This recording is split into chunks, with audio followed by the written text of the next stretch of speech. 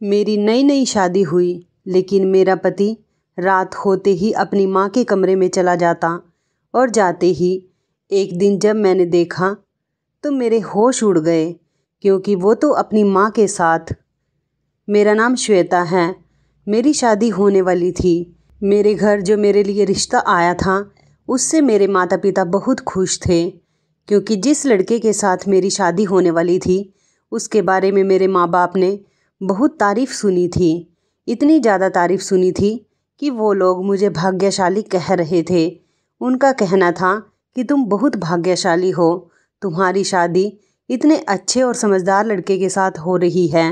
मुझे बहुत खुशी हुई थी कि चलो अच्छा है, भगवान ने मेरे लिए किसी अच्छे हमसफ़र को मेरे भाग्य में लिख दिया है। मेरे घर पर मेरी शादी की खूब धूमधाम से तैयारियां शुरू हो गई थी। मैंने लड़के को फ़ोटो में देख लिया था। लड़का बहुत ज़्यादा स्मार्ट था। मुझे तो मेरी सास ने देखते ही पसंद कर लिया था। मेरे ससुराल में मेरे पति और सास के अलावा कोई भी नहीं था।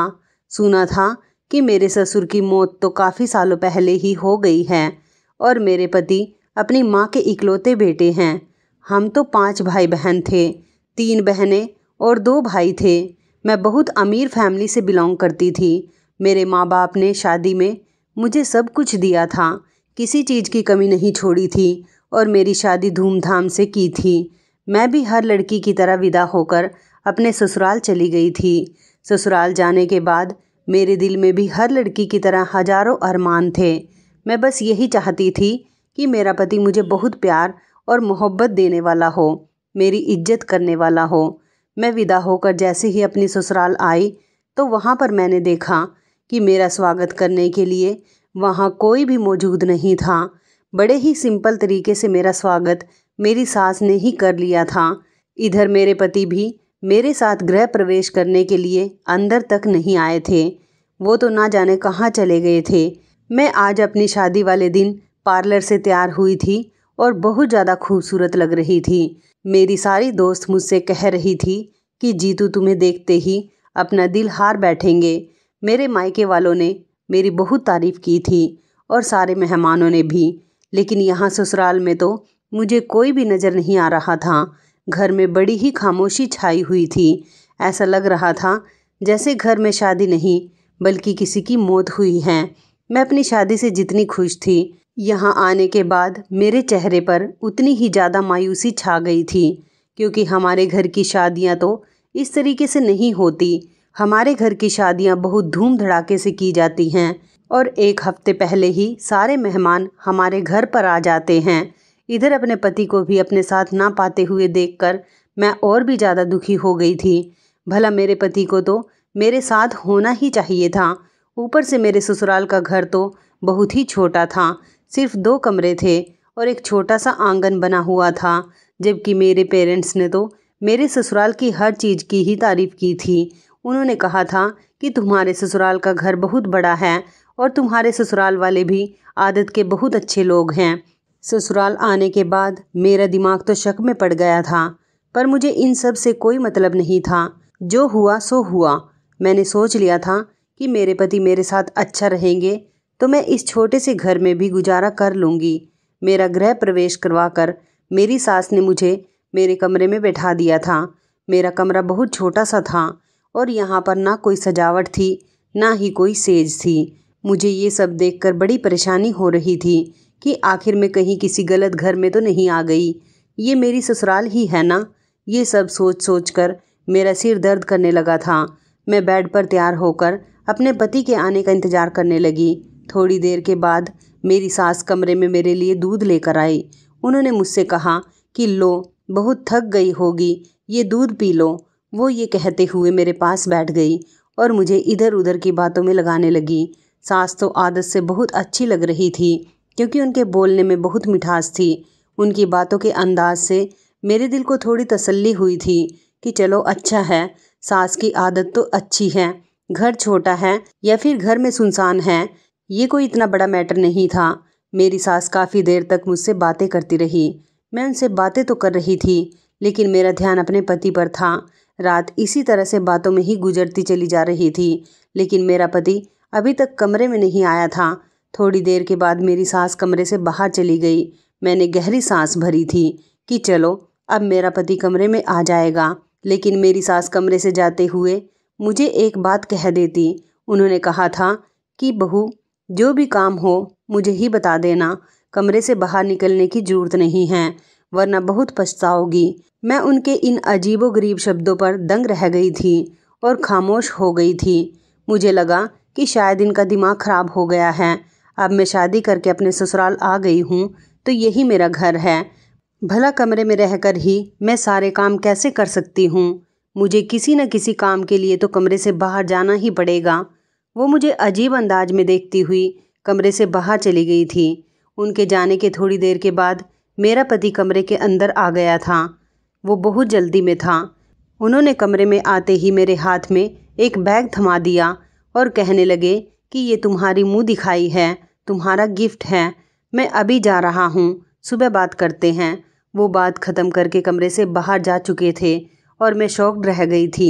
मेरे पति तो इतनी जल्दी में थे कि उन्होंने मुझे कुछ कहने का मौका तक नहीं दिया था। मुझे बार बार अपनी सास की बात सता रही थी कि कमरे से बाहर मत निकलना, वरना बहुत पछताओगी। इसका मतलब ये था कि ज़रूर यहाँ कोई ना कोई तो गड़बड़ है। ये सारी परेशानियाँ मेरे सर में दर्द पैदा कर रही थी और मेरे दिल में शक भी डाल रही थी कि कहीं मेरे साथ कुछ गलत तो नहीं होने वाला है। मैं तो अभी इस घर में किसी को ठीक से जानती तक नहीं थी। पति से 2-3 बातें करती, उनके बारे में जानती, कुछ उन्हें अपने बारे में बताती, पर उन्हें तो फुर्सत ही नहीं थी। ना जाने वो इतनी जल्दी में क्यों थे और कहाँ चले गए थे। नई नवेली दुल्हन को छोड़कर कोई इस तरह से तो नहीं जाता। मेरे पति को मेरे पास बैठना चाहिए था, जबकि वो मुझे छोड़कर ना जाने कहाँ जा चुके थे। ये शादी मेरी मम्मी की एक जानने वाली औरत ने करवाई थी, वही ये रिश्ता लेकर आई थी। मेरे घर वाले वैसे भी यही चाहते थे कि मेरी शादी ऐसी ही जगह पर होनी चाहिए जहाँ पर ज़्यादा लोगों का झंझट ना हो। सिर्फ एक सास ही तो है और वो भी कितने दिनों की है।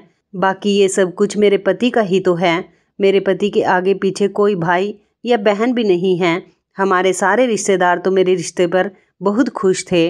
लोगों को ये बात पता थी कि मैं एक अमीर बाप की बेटी हूँ।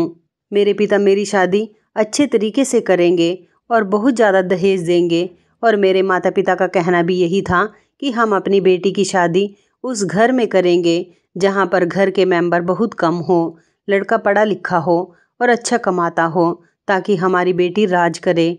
मेरी मम्मी ने पूरे 15 साल जॉइंट फैमिली में गुजारे थे और जॉइंट फैमिली में तो वैसे भी बहुत सारी लड़ाइयाँ रहती हैं। इसलिए मेरी मम्मी का कहना तो यही था कि मैं अपनी बेटी के लिए अकेला घर देखूंगी, जॉइंट सिस्टम नहीं देखूंगी, क्योंकि मेरी दादी और बड़ी माँ ने मेरी मम्मी को हमेशा दबा कर रखा था। वो दोनों सास बहू मेरी मम्मी पर अपना रोब चलाती थी और मेरी मम्मी हमेशा बर्दाश्त करती रहती थी। हमारे घर में छोटी छोटी बातों पर लड़ाइयाँ होती थी और छोटी से छोटी बात पर बड़े से बड़ा हंगामा हो जाता था। यही सब कुछ देखते हुए कुछ सालों बाद मेरे पापा ने अलग घर खरीद लिया था और हम लोग इस घर में शिफ्ट हो गए। अपने फैमिली वालों से अलग होकर मेरे पापा को बहुत बड़ा सदमा लगा था, लेकिन रोज़ रोज़ के लड़ाई झगड़े से अब वो भी तंग आ गए थे। इसलिए एक दिन उन्होंने खुद ही घर से निकलने का फैसला कर लिया और दूसरा घर खरीद लिया जब मैं 12 साल की थी, और उसके बाद मेरे सबसे छोटे भाई बहन हुए। इसी तरह से हम 3 भाई बहन का जन्म तो दादा दादी के घर में ही हुआ था और 2 भाई बहन का जन्म इस नए घर में हुआ था। इस घर में रहते हुए हमें काफ़ी साल गुजर गए। खूब मौज मस्ती के दिन गुजरे थे। ज़िंदगी अच्छी लगने लगी थी और जवान होते होते हमारी सारी परेशानियां दूर हो गई थी। मेरे पापा का बिजनेस भी अच्छा चलने लगा था। उन्होंने हमारी खुशी के लिए सब कुछ किया, यहाँ तक कि हमारी हर छोटी से छोटी और बड़ी से बड़ी डिमांड को भी पूरा करने की हर तरह से कोशिश की। मैं अपने माता पिता की सबसे बड़ी बेटी थी, इसलिए सब मुझसे बहुत प्यार करते थे। मेरे सारे भाई बहन मुझसे छोटे थे। मेरे मम्मी पापा ने हमेशा हम भाई बहनों का कहना माना था और उन्होंने हम 5 भाई बहनों को बहुत अच्छे संस्कार दिए थे। हम पांचों भाई बहन एक दूसरे से बहुत प्यार करते थे। कभी हम भाई बहनों के बीच मनमुटाव नहीं हुआ था। मैं अपनी पुरानी ज़िंदगी के बारे में सोच रही थी और यही सब कुछ सोचते दिन निकल आया था, लेकिन मेरे पति कमरे के अंदर नहीं आए थे। टेंशन की वजह से मुझे सारी रात नींद नहीं आई थी। मेरी शादी की पहली रात मुझे इस तरह छोड़कर मेरा पति कहाँ चला गया, ये सवाल मेरे दिमाग में बार बार आ रहा था। ऐसा तो तभी होता है जब सामने वाला किसी गलत काम में शामिल हो। मैं अपने पति का इंतज़ार करती रही, मगर वो नहीं आया। सुबह के 6 बज गए थे। मैंने यही सोचा कि मैं अपनी सास के कमरे में जाकर पता लगाती हूँ कि उनका बेटा कहाँ है। मैंने अपनी सास के दरवाजे पर जाकर दस्तक दी तो ये देखकर मैं हैरान रह गई थी कि दरवाज़ा मेरे पति ने ही खोला था। मैं ये देखकर एकदम चौंक गई थी और सोचने लगी थी कि शादी की पहली रात उन्हें अपनी पत्नी के साथ उसके कमरे में गुजारनी थी, ना कि अपनी माँ के साथ। आखिर वो अपनी माँ के कमरे में क्या कर रहे थे? वो भी मुझे देखकर कुछ परेशान से हो गए थे। उनके चेहरे पर मुझे देखते ही अजीब से एक्सप्रेशन आ गए थे। वो मुझसे घबराते हुए पूछने लगे, तुम यहाँ? क्या हुआ? कोई काम है क्या? मैं गुस्से में उन्हें बिना कुछ कहे ही अपने कमरे में चली आई थी। इस बार मुझे बहुत ज़्यादा गुस्सा आ रहा था कि वो अपनी माँ के कमरे में क्यों थे। उनकी माँ तो बिल्कुल ठीक ठाक थी। भला उन्हें अपनी माँ के साथ ऐसे मौके पर तो नहीं होना चाहिए था। अगर उन्हें अपनी माँ की इतनी ही फिक्र थी तो उन्होंने मुझसे शादी क्यों की थी? मुझे गलत तो नहीं सोचना चाहिए था, मगर फिर भी ये फिजूल तरह के ख्याल मेरे दिमाग में शक पैदा कर रहे थे। मैं तो कमरे में आकर गुस्से में बैठ गई थी। मेरा पति मेरे पीछे पीछे चला आया और कहने लगा, मेरी माँ की तबीयत ठीक नहीं है, वो थोड़ी बीमार है, इसलिए रात को मैं उनके कमरे में ही रुक गया था। मुझे पता था तुम्हें मेरा ये सब करना अच्छा नहीं लगा होगा, लेकिन अब तुम ही बताओ कि मेरी माँ का इस दुनिया में मेरे अलावा कौन है भला? मैं ही तो उनका ख्याल रख सकता हूँ। मैंने कहा, आपकी बात ठीक है, लेकिन अपनी शादी की पहली रात कोई इस तरह से ख़राब नहीं करता जिस तरह से आपने की है। अगर आप मुझे बता देते कि आपकी माँ की तबीयत ठीक नहीं है तो मैं खुद सारी रात जाग कर उनकी सेवा करती, लेकिन आप तो मुझे बिना बताए ही कमरे से चले गए। मुझे लगा कि शायद आप घर से बाहर गए होंगे, लेकिन जब मैंने आपको आपकी माँ के कमरे में देखा तो मुझे और भी ज़्यादा गुस्सा आ गया था। नई नवेली दुल्हन के साथ ऐसा बिहेव नहीं करते हैं। आप मेरे साथ थोड़ी बहुत देर बैठकर बातचीत तो कर सकते थे, उसके बाद अपनी माँ के कमरे में चले जाते। मुझे कोई प्रॉब्लम नहीं थी, लेकिन आपके इस तरह से जाने पर मैं आपसे सख्त नाराज़ हूँ। मेरी ये बात सुनने के बाद मेरे पति के चेहरे का रंग उतर गया था। वो मुझे मनाने की कोशिश करने लगे, लेकिन मुझे तो उनकी रात की इस हरकत पर बहुत ज़्यादा गुस्सा आ रहा था। थोड़ी देर के बाद मेरी सास भी हमारे कमरे में नाश्ते की ट्रे लेकर चली आई थी, लेकिन मैं उनको देखकर हैरान थी। उनको देखकर तो बिल्कुल भी नहीं लग रहा था कि उनकी तबीयत ख़राब है, बल्कि उन्होंने अपने हाथ से ही हम दोनों के लिए नाश्ता बनाया था। मैंने अपने पति से तो कुछ नहीं कहा, मैं खामोश रही। हम दोनों पति पत्नी ने मिलकर नाश्ता किया। मैं जब कमरे से बाहर गई तो मैंने देखा कि मेरी सास किचन में खड़ी हुई दोपहर का खाना बना रही है। मैंने उनसे कहा कि मैं आपकी मदद कर देती हूँ। मुझे देखकर तो जैसे वो हैरान हो गई थी। मुझे देखते ही वो झट से कहने लगी, अरे तुम कमरे से बाहर क्या कर रही हो? मैंने तुम्हें कहा था ना कि कमरे से बाहर मत निकलना। चलो कमरे में जाओ, अभी तुम नई नवेली दुल्हन हो, मैं तुमसे कोई काम नहीं करवाना चाहती। वो तो इस तरह से मुझसे बात कर रही थी जैसे मैंने कमरे से बाहर निकलकर बहुत बड़ी गलती कर दी हो। मैंने कहा, माँ जी आपकी तबीयत ठीक नहीं है, इसलिए मैं कमरे से बाहर आ गई। सोचा कि किचन में जाकर देख लेती हूँ, कोई काम होगा तो कर लूँगी, लेकिन आप तो मुझे काम करने से साफ इनकार कर रही हो। अब ये मेरा घर है, मैं इस घर की रस्सी अपने हाथों से संभाल सकती हूँ। मेरी सास कहने लगी, हाँ मेरी तबीयत रात ख़राब हो गई थी, लेकिन अब मैं बिल्कुल ठीक हूँ, मैं सारे काम को कर सकती हूँ। अगर तुम्हें किसी चीज़ की ज़रूरत हो तो तुम मुझे कमरे से ही आवाज़ लगा सकती हो, मैं तुम्हारे कमरे में फ़ौरन ही आ जाऊँगी, लेकिन तुम्हें कमरे से बाहर निकलने की कोई ज़रूरत नहीं। चलो जल्दी से कमरे में जाओ। ये सब कुछ मेरे लिए बड़ा हैरान कर देने वाला था। भला मेरी सास मुझे कमरे से बाहर निकलने के लिए क्यों मना कर रही थी? मेरी तो कुछ समझ नहीं आ रहा था। मेरा पति किसी काम से घर से बाहर गया हुआ था। मैंने सोच लिया था कि जब वो घर आएगा तो मैं उससे इस बारे में बात करूंगी। मैं कमरे में चली गई थी, लेकिन इस छोटे से कमरे में मुझे एकदम से घुटन महसूस हो रही थी। एक तो ये छोटा सा कमरा था, दूसरा इसमें एसी भी नहीं लगा हुआ था। छत पर एक छोटा सा पंखा लगा हुआ था, वो भी इतनी धीमी रफ्तार से चल रहा था। मुझे बहुत ज़्यादा गर्मी लग रही थी, क्योंकि हमारे घर के कमरे बहुत बड़े बड़े थे और हम भाई बहनों के कमरे भी अलग अलग थे। अपने मायके में मुझे कभी सर्दी और गर्मी का एहसास ही नहीं हुआ, लेकिन यहाँ तो मेरा दम घुट रहा था। मेरा मन कर रहा था कि मैं कमरे से बाहर चली जाऊँ। मुझे बहुत ज़्यादा गर्मी लग रही थी, लेकिन मेरी सास ने मुझे कमरे से बाहर निकलने के लिए सख्त मना किया हुआ था। आखिर इसकी क्या वजह थी, ये तो मुझे मेरे पति ही बता सकते थे। मैं कमरे में बैठी हुई उनका इंतज़ार कर रही थी।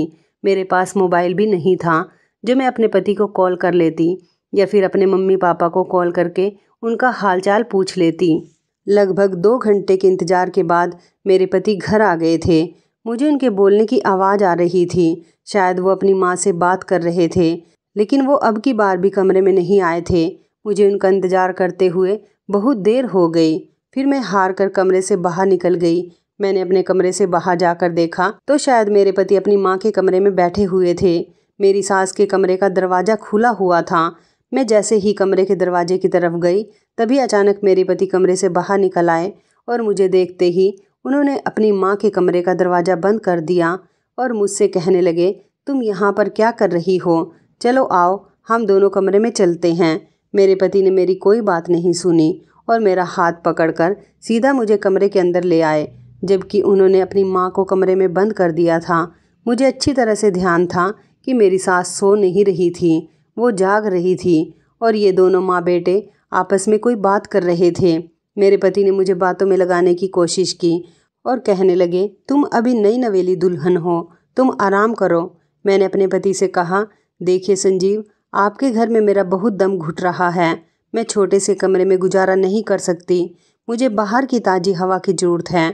आपकी माँ ने तो मुझे कमरे से बाहर निकलने के लिए सख्त मना कर दिया है। मैं आपसे ये पूछना चाहती हूँ कि वो ऐसा क्यों कर रही है?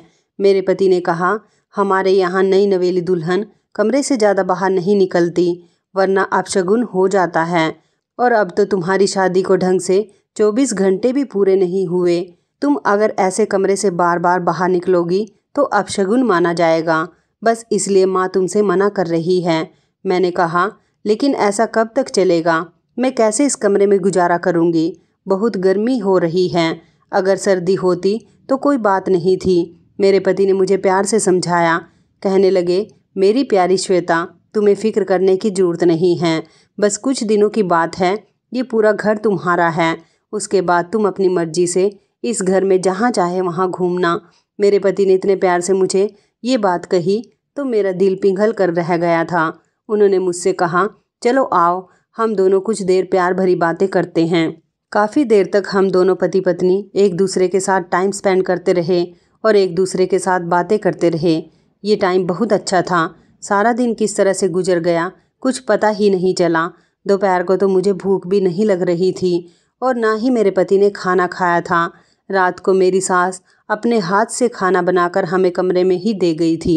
मेरी सास सच में तबीयत खराब की हालत में भी इतना सब काम कर रही थी। मुझे उनकी ये बात बहुत अच्छी लगी थी, वरना तो आजकल की सास तो दूसरे दिन ही अपनी बहू को किचन संभालने के लिए दे देती है। रात हो गई थी और मेरे पति वॉशरूम का कहकर कमरे से बाहर चले गए थे, जबकि वॉशरूम तो कमरे में भी मौजूद था। मैंने उन्हें कुछ नहीं कहा और वो कमरे से जब बाहर गए तो मुझे उनका इंतज़ार करते हुए लगभग 1 घंटा हो गया था, लेकिन वो अभी तक कमरे में नहीं आए थे। मुझे लगा कि आज भी वो अपनी माँ के साथ उनके कमरे में होंगे। अब दोबारा तो मैं ये सब कुछ बर्दाश्त नहीं कर सकती थी। शगुन और अपशगुन जैसी बातों को मैं नहीं मानती। मुझे अपने पति का इंतज़ार करते हुए लगभग रात के 3 बज गए थे। मैं अपने कमरे से खामोशी से बाहर निकली और ये देखने गई कि मेरी सास की तबीयत ठीक है या नहीं। मैंने जैसे ही दरवाजे को खोलने के लिए उस पर हाथ लगाया तो ये देखकर मैं हैरान रह गई कि इन दोनों माँ बेटे ने कमरे के दरवाजे को अंदर से बंद क्यों किया हुआ था। इतनी गर्मी में ये लोग कमरे का दरवाज़ा अंदर से बंद करके सो रहे थे। मुझे पता था कि मेरे पति कमरे के अंदर ही हैं। भला ये दोनों माँ बेटे क्या कर रहे थे? मेरी तो कुछ समझ नहीं आ रहा था। फिर मेरा ध्यान कमरे में लगी हुई खिड़की पर गया। मैंने अंदर झांकने की कोशिश की। कमरे के अंदर की लाइट ऑन थी और मुझे अंदर का सब कुछ साफ नज़र आ रहा था। एक तरफ बेड पर मेरे पति सो रहे थे तो दूसरी तरफ मेरी सास, और ये क्या था कि मेरी सास के साथ कोई लड़की भी सो रही थी। ये देखकर तो मेरे पैरों तले से ज़मीन निकल गई थी। भला ये लड़की कौन है? अब मुझे किसी गड़बड़ी का शक होने लगा था। मैंने फैसला कर लिया था कि मैं अपने पति और सास से सवाल करूंगी और उस लड़की के बारे में सब कुछ पूछूंगी। मुझे और मेरे घर वालों को तो ये पता था कि मेरे पति के घर में सिर्फ उनकी माँ रहती है, उन दोनों के अलावा घर में कोई मेंबर नहीं है। अब ये लड़की कौन थी, ये सोच सोच कर मेरा दिमाग खराब हो रहा था। मैं उस टाइम तो खामोशी से अपने कमरे में आ गई थी और अपने पति के कमरे में आने का इंतज़ार करने लगी। सुबह के लगभग 11 बजे के टाइम पर मेरे पति कमरे में आए थे और मुझे पता था कि मेरे पति आ गए हैं, तो अब ज़रूर मेरी सास नाश्ता लेकर कमरे में आएंगी। मेरी सास नाश्ता लेकर आई तो मैंने उनके हाथ पीछे खींच लिए और कहा कि अब आप दोनों मुझे ये बताओ कि इस घर में आखिर चल क्या रहा है। ये सुनकर मेरे पति और सास के चेहरे का रंग फीका पड़ गया था। मेरे पति कहने लगे, ये तुम किस तरह का सवाल कर रही हो। मैंने कहा, मुझे सब कुछ पता चल गया है कि आप उस कमरे में क्यों सोते हो। उस कमरे में कोई लड़की है। कल रात मैंने अपनी आंखों से आपकी माँ के कमरे में सिर्फ आप दोनों को ही नहीं बल्कि एक लड़की को भी देखा है। पहले तो मेरे पति और सास झूठ बोलने लगे, फिर मैं झट से कमरे से बाहर निकल गई। जैसे ही मैं अपने कमरे से बाहर निकली तो वो लड़की बाहर आंगन में बैठी हुई थी। मुझे देखते ही वो लड़की भी हैरान रह गई, क्योंकि मेरे पति और सास को ये उम्मीद थी कि मैं कमरे से बाहर नहीं निकल सकती। मेरे पति ने मेरा हाथ पकड़ लिया और वो मुझसे कहने लगे कि हमने तुम्हें मना किया था ना कि तुम्हें कमरे से बाहर नहीं निकलना है। मैंने कहा, ये वही लड़की है जिसको रात मैंने देखा था। अब आप जल्दी से मुझे ये बताओ कि ये लड़की कौन है। अब आपको मुझसे कुछ भी छिपाने की ज़रूरत नहीं। वो लड़की तो खामोश आंगन में पड़ी हुई चारपाई पर बैठी थी। वो तो कुछ भी नहीं बोल रही थी, बस मुझे घूर घूर कर देख रही थी। इधर मेरी सास और पति मेरी बातें सुनकर हैरान रह गए थे। वो दोनों भी खामोश खड़े हो गए थे। थोड़ी देर के बाद मेरे पति रोने लगे और मेरी सास की आंखों में भी आंसू आ गए। मैं उन दोनों को देखकर पिघल गई थी। मेरे पति ने अपनी माँ से कहा, माँ आप मनीषा को लेकर कमरे के अंदर जाओ, मैं अभी आता हूँ। मेरे पति ने मेरा हाथ पकड़ा और मुझे हमारे कमरे में ले गए। उसके बाद उन्होंने कमरे के दरवाजे को अंदर से बंद कर लिया। उन्होंने मुझसे कहा, मुझे माफ़ कर दो श्वेता, मुझे पता है तुम्हारे दिमाग में बहुत सारे सवाल घूम रहे होंगे कि ये लड़की कौन है और रात को मैं अपनी माँ के कमरे में क्यों सोता हूँ। ये मेरी बहन है, इसका नाम मनीषा है। मेरी बहन पागल है, ये डिप्रेशन की शिकार है और उसको दौरे पड़ते हैं। ये बहुत ज़्यादा बीमार है। इसे रात को इतने ज़्यादा दौरे पड़ते हैं कि कभी कभी ये अपनी जान लेने की कोशिश करती है। माँ तो इस उम्र में इसको संभाल नहीं सकती, इसलिए रात को मुझे इसके पास रुकना पड़ता है ताकि वो खुद को और माँ को नुकसान ना पहुँचाए। अपने पति को इस तरह से रोता हुआ देखकर मैं खुद को शर्मिंदा महसूस करने लगी थी। फिर मैंने अपने पति से कहा, लेकिन आपने अपनी बहन को इतना छुपा कर क्यों रखा हुआ है और इसके बारे में हमें बताया क्यों नहीं। मेरे पति ने कहा, तुम्हें तो पता है ना कि आजकल का ज़माना कैसा है। कुछ लोग अपनी बेटियों के लिए कुंवारी ननदों को बर्दाश्त नहीं करते, लेकिन मेरी बहन तो फिर भी पागल है। मेरे काफ़ी सारे रिश्ते ख़त्म हो चुके हैं इस बात पर कि इस घर में लड़के की पागल बहन रहती है। उसके होते हुए हम अपनी बेटी को इस घर की बहू नहीं बना सकते। बस इसी वजह से हमने तुम्हारे घर वालों से झूठ बोला। इसमें हमारी बहन की भी बेइज्जती होती है। लोग उसे बार बार पागल कहते हैं और फिर मेरी शादी भी इस वजह से नहीं हो रही थी। ये हमारी बहुत बड़ी मजबूरी थी श्वेता, इसलिए हमने तुम लोगों से झूठ बोला। मेरी माँ की हमेशा तबीयत खराब रहती है इसी टेंशन की वजह से, और इधर मैं भी अपनी बहन की हालत देख देख कर परेशान रहता हूँ। मेरे पति की आंखों में अपनी बहन को लेकर बहुत मोहब्बत दिखाई दे रही थी और वो रोए जा रहे थे। उन्होंने कहा कि जब कोई उनकी बहन को पागल कहता है तो उन्हें बहुत ज़्यादा अफसोस होता है और उनको तकलीफ़ पहुँचती है। इसी वजह से वो उसको दुनिया के सामने लेकर नहीं आना चाहते। यही वजह है कि वो सिर्फ कमरे तक ही रहती है और कभी कभी किसी काम के लिए कमरे से बाहर निकलती है तो उसे कमरे के अंदर ही रहने दिया जाता है, क्योंकि वो कभी भी कुछ भी गलत कर लेती हैं। मुझे भी अपने पति को रोता हुआ देखकर बहुत अफसोस हो रहा था और सबसे ज़्यादा बुरा मुझे इस बात पर लग रहा था कि मैंने अपने इतने अच्छे पति पर शक किया था। कुछ देर के बाद मेरे पति ने कमरे का दरवाज़ा खोल दिया था और मेरी सास मेरे कमरे में आ गई थी। वो भी बहुत रो रही थी। उन्होंने मुझसे कहा, बहू अब ये सारा घर तुम्हारा है, बस तुम्हारी शादी को 2 दिन हो चुके हैं। अब तुम चाहो तो कमरे से बाहर निकल सकती हो। अब कोई अपशगुन नहीं होगा। ये बात सुनकर मुझे खुशी हुई थी। मेरे ससुराल में अब सब कुछ ठीक हो गया था। धीरे धीरे मेरी ज़िंदगी रूटीन पर आ गई थी। मेरी सास ने अपने बेटे को समझाया था कि तुम रात को बहू के साथ ही सोया करो।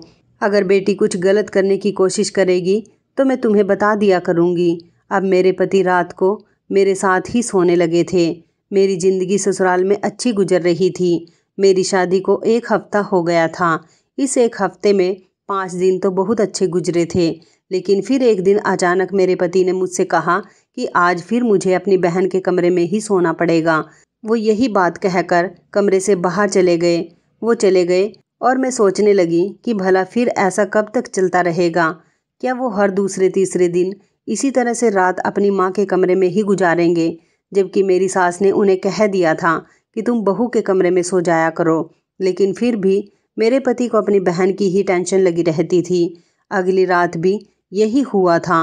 मेरे पति को लगातार अपनी माँ के कमरे में सोते हुए अब 3 दिन हो गए थे। उससे पहले भी 2 रातें वो सो चुके थे। मैं इन सब बातों से बहुत तंग आ गई थी, इसलिए मैं गुस्से से अपनी सास के कमरे के दरवाजे पर चली गई और दरवाजे को ज़ोर ज़ोर से बजाने लगी। मगर शायद वो तीनों बहुत गहरी नींद में सो चुके थे। किसी ने दरवाज़ा ही नहीं खोला। ये लोग दरवाज़ा क्यों नहीं खोल रहे थे? मुझे इस बात पर बहुत गुस्सा आ रहा था। मैं अब और अकेले इस कमरे में नहीं रह सकती थी। मुझे अपने पति की साथ की ज़रूरत थी। अभी मैं नई नवेली दुल्हन थी और इतनी जल्दी मेरा पति मुझे बार बार अकेला छोड़कर जाता रहता था। काफ़ी देर तक दरवाज़ा बजाने के बाद मैं वापस अपने कमरे में आ गई थी। हमारी शादी को 1 हफ्ते से ज़्यादा हो गया था, लेकिन अभी तक मेरा पति मुझे घर से बाहर कहीं घुमाने भी लेकर नहीं गया था। अगली सुबह जब मेरा पति कमरे में आया तो मैं उस पर बरस पड़ी और पूछा कि कल रात तुमने दरवाज़ा क्यों नहीं खोला था? मेरे पति मुझे तसल्ली देते हुए कहने लगे, शायद हम लोग गहरी नींद में सो रहे होंगे, इसलिए दरवाज़ा नहीं खोला होगा। मैंने कहा, तुम अपनी माँ के कमरे में सोते हो तो दरवाजे को अंदर से लॉक क्यों करते हो? दरवाज़ा खोलकर भी तो सो सकते हो। आखिर किसी गैर के कमरे में थोड़े सो रहे हो। तुम्हारी माँ का कमरा है और तुम लोगों को गर्मी नहीं लगती? दरवाज़ा बंद करके सोने पर मेरे सवाल पर मेरा पति घबरा गया और कहने लगा, तुम्हें बताया तो था कि मेरी बहन को दौरे पड़ते हैं, वो कमरे से बाहर ना निकल जाए, इसलिए कमरे के दरवाजे को अंदर से बंद रखते हैं। मैंने कहा, अगर तुम्हें यही डर है तो कल से मैं भी तुम्हारी बहन और माँ के साथ सो जाया करूँगी। मैं उन दोनों का ख्याल रखूँगी। तुम हमारे कमरे में ही रहना। मैंने नोटिस किया था कि मेरी इस बात पर मेरे पति के चेहरे का रंग उड़ गया था। भला मैं भी तो अपने पति को किसी और के पास नहीं जाने दे सकती थी।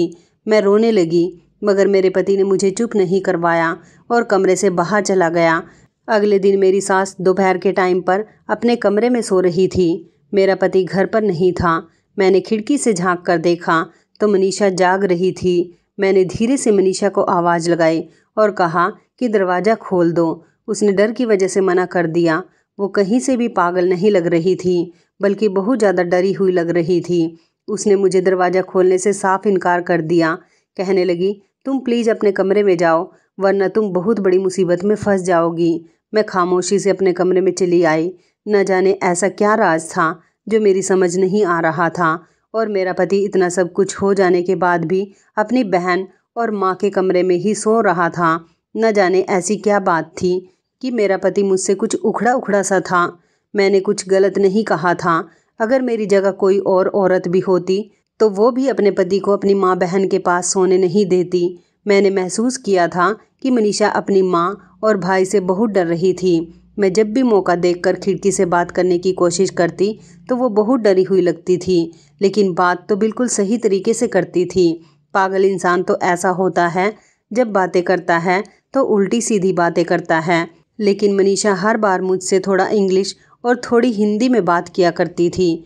वो कहती थी, प्लीज़ श्वेता, मैं नहीं चाहती कि तुम किसी प्रॉब्लम में फंस जाओ, लेकिन उसने मुझसे कहा था कि प्लीज़ मौका देखकर जिस दिन ये दोनों माँ बेटा इस घर में ना हो, उस दिन तुम मेरे पास चली आना। मुझे तुमसे बहुत ज़रूरी बात करनी है। मैंने कहा, ये तुम्हारे भाई और माँ हैं, तुम इनसे इतना डरती क्यों हो? जैसी भी बात हो मुझे बता दो। मनीषा कहने लगी, मैं अभी कुछ नहीं बता सकती। अगर तुम्हारी सास जाग गई तो मेरा जीना दुश्वार कर देगी।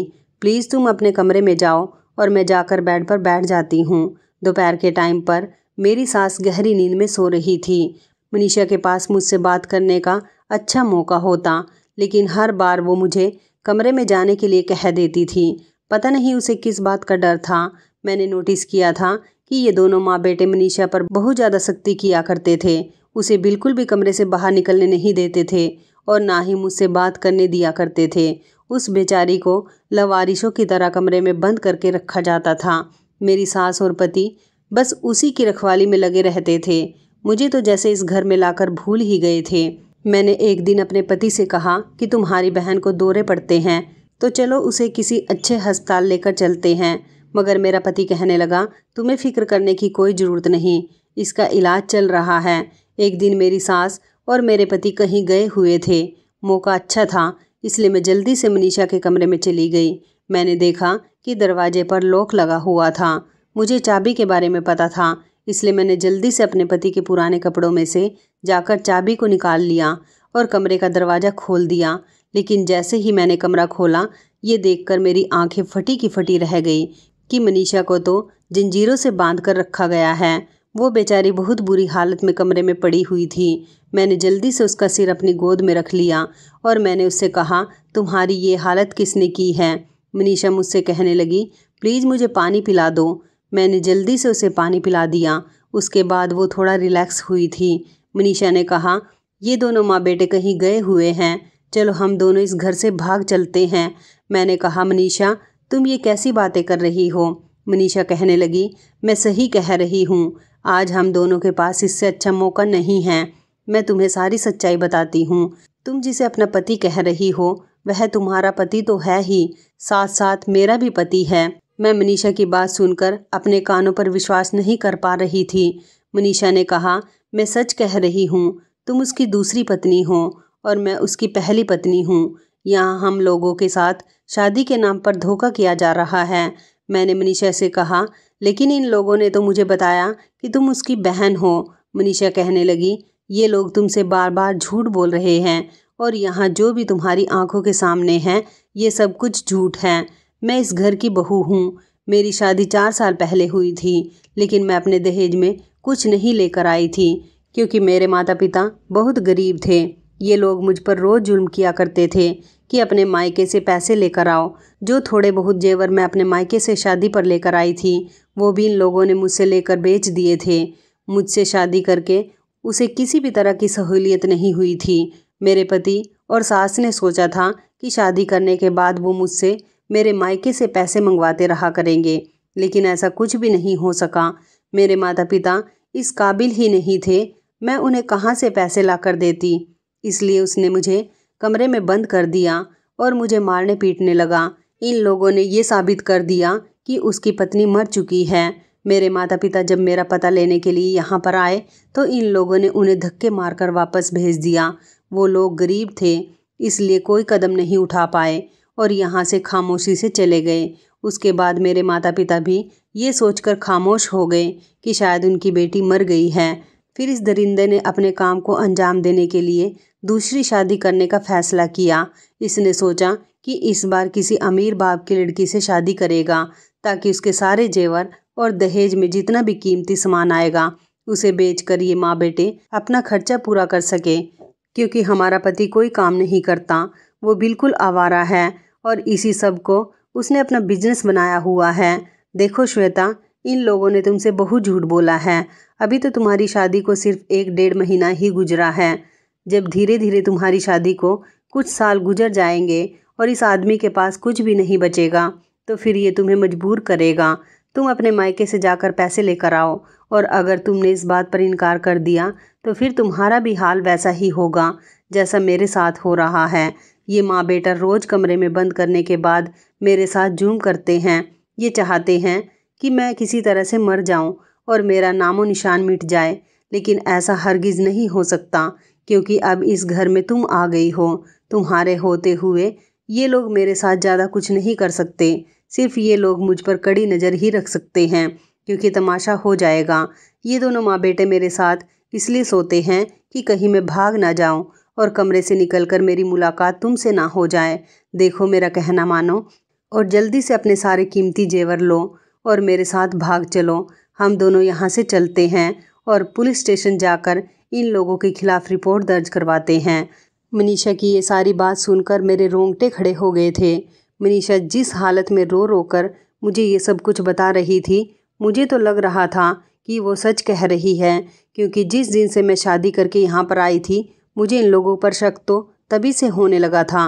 मैं जल्दी से उसकी बात पर यकीन करने के लिए सबसे पहले अपने कमरे में गई और जाते ही मैंने जैसे ही अपनी अलमारी की तिजोरी खोली तो ये देखकर मैं हैरान रह गई थी कि शादी पर मैं अपने मायके से जितने भी जेवरात पहन कर आई थी वो सारे जेवरात तिजोरी में थे ही नहीं। इसका मतलब था कि ये लोग मेरे जेवरात बेच चुके थे या फिर इन लोगों ने अपने पास रख लिए, क्योंकि अभी तक मुझे ये जेवर पहनने का मौका ही नहीं मिला था। मेरा पति ना तो मुझे कहीं बाहर लेकर गया था और ना ही घर में कोई मेहमान आया था ताकि मैं किसी खास मौके पर ये पहनती। मुझे मनीषा की बात बिल्कुल सही लगी थी और हमारे पास बहुत अच्छा मौका था यहाँ से भाग निकलने का, और ये दोनों माँ बेटे जरूर ही कोई सामान बेचने गए हैं। मैंने जल्दी से मनीषा को लिया और हम लोग घर से भाग गए। मनीषा को लेकर मैं अपने मायके चली गई थी। वहाँ जाकर मैंने अपने मम्मी पापा को सारी बात बता दी। जब मेरे घर वालों ने मेरी बात को तसल्ली से सुना तो उन लोगों ने उन लोगों के खिलाफ पुलिस में रिपोर्ट दर्ज करने के लिए कहा।